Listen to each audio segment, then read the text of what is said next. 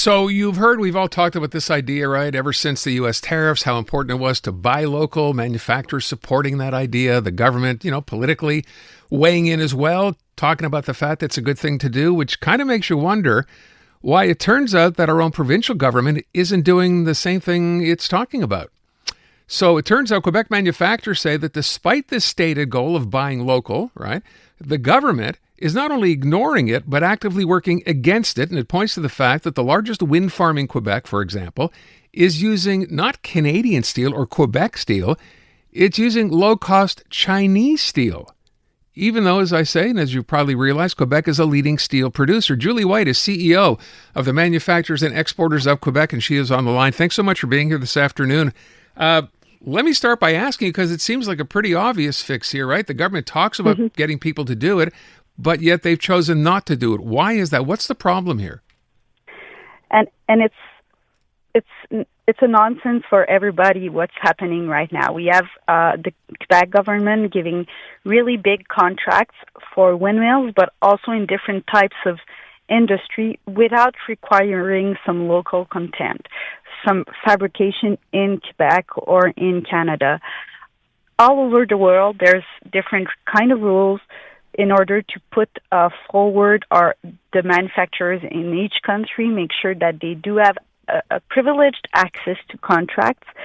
So that's why what we're asking right now, stop basing your decisions only on the lowest bidder. You need to look at the economical repercussions that are coming with giving contracts to Quebec-based company. And it's a new way to see public procurement, not only in cost, but also as a leverage for economical development. So this whole idea of the lowest bidder principle, right, which is what they use for public procurements, and I know it's not just the Quebec government, I think it's done, and that's part of the reason, of course, people have been talking about it. It's done municipally as well. You point out in the letter that you wrote to La Presse, when you look around the rest of the world, right, everybody has various provisions in there, so it's not just about the lowest cost, which kind of begs the question, why don't we have that here? It's a good question.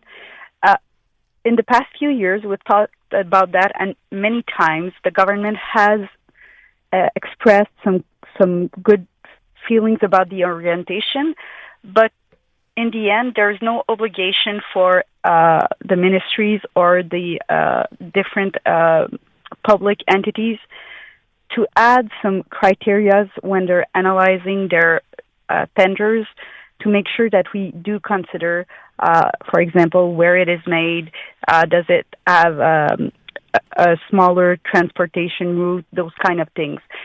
We are able to make sure that we don't pay too much because we're sensible about cost here. Let's be clear. That we don't pay too much, but if there's enough positive economical consequences in Quebec, it does realign the price. So around the world, there's like an 8 to 10% difference that is recognized in price, that is recognized, that can be compensated by other positive economical impacts in the localities that those contracts are being made. Is that 8 to 10% as you're describing it, is that the difference between what it would have cost to do this, in this case, the Chinese steel versus Quebec steel? Exactly, because the example that we use about the windmill is one big example, and it's really, as I said, nonsense for everybody. We have the biggest windmill. We have Marmen in Trois-Rivières, which builds these windmills, and we have Boralex, which is the promoter who decides not to pick Marmen. But other windmills promoters like EDF and other around the province who are building windmill parks are using the Marmen Éolienne, even if they're a little bit higher in price because of the repercussion it has here on jobs, on economy. So if the public entities or the ministries are not forced to apply these criteria, we will never change. And the government is the first one that should give the example to all the population. Yeah, which is, of course, exactly what you think, right? Set the tone and do the right thing, and then people follow along. Here in Quebec, it works kind of the other way around. So you mentioned there have been talks with the government. I'm sure the people you represent, the various manufacturers, have come to you and said, look, this is terrible. This can't go on. I guess the question is, I think I asked you before, why don't you think this has happened yet? But going forward, I mean, you found the story out about the steel being used in this particular project. How did you find that out? Was that common knowledge? Well, Marmen is one of our members, so we had talks with them. There was also an article last week on that topic.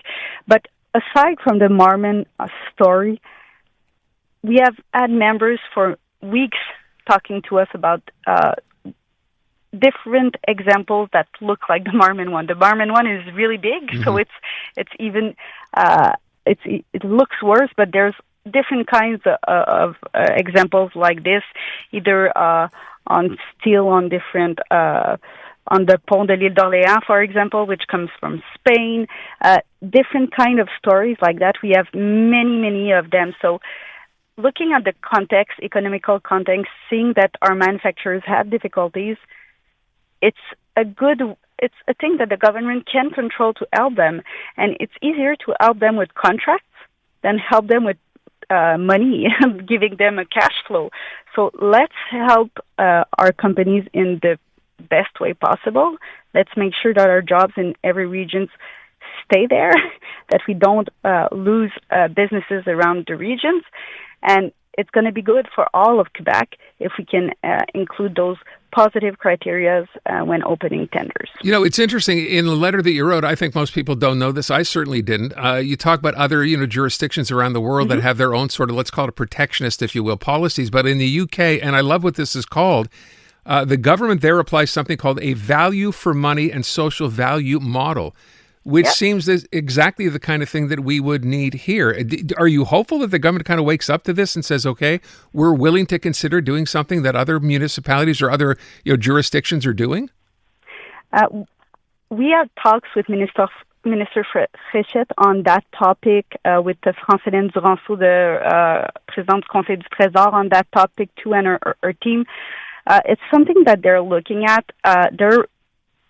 But there needs to be a real change, not only talk, but it needs to go down in the big machine that is the government and make sure that there's obligations.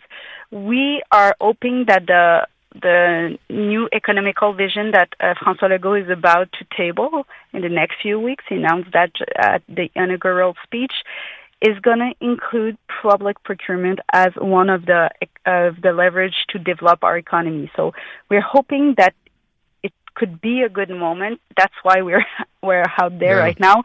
And we're having talks, and everybody is really sensible and understand our demand. It looks like a really administrative difficulty more than the will from everybody. But we need things to move. It's not a new topic. It's something that we were talking after the pandemic, for example, and many years before that. So we need to change right now. It's a good moment, and it's a good moment to help manufacturers in a positive way that gives them stability in their contracts. All right. I wish you luck. I think, again, for most people listening to this, they're kind of surprised to find out, look, we know about this whole lowest bidder idea, which always on paper seems right. But then when you consider what we're doing and who we're hurting by going ahead and not modifying this approach, it's a good thing it's being brought to light. And let's hope there is a change. Julie, I thank you so much for the time. Appreciate it. I'm Dylan Playfair. And I'm Tyler Smith. We're putting loneliness in the penalty box by talking to some of our favorite athletes about the importance of friendship. This is Bromance. Bromance is brought to you by Charm Diamond Centers, proudly Canadian-owned and operated. Charm has been part of your love stories and bromances for over 50 years. And you can find Bromance on the iHeartRadio network or wherever you get your podcasts.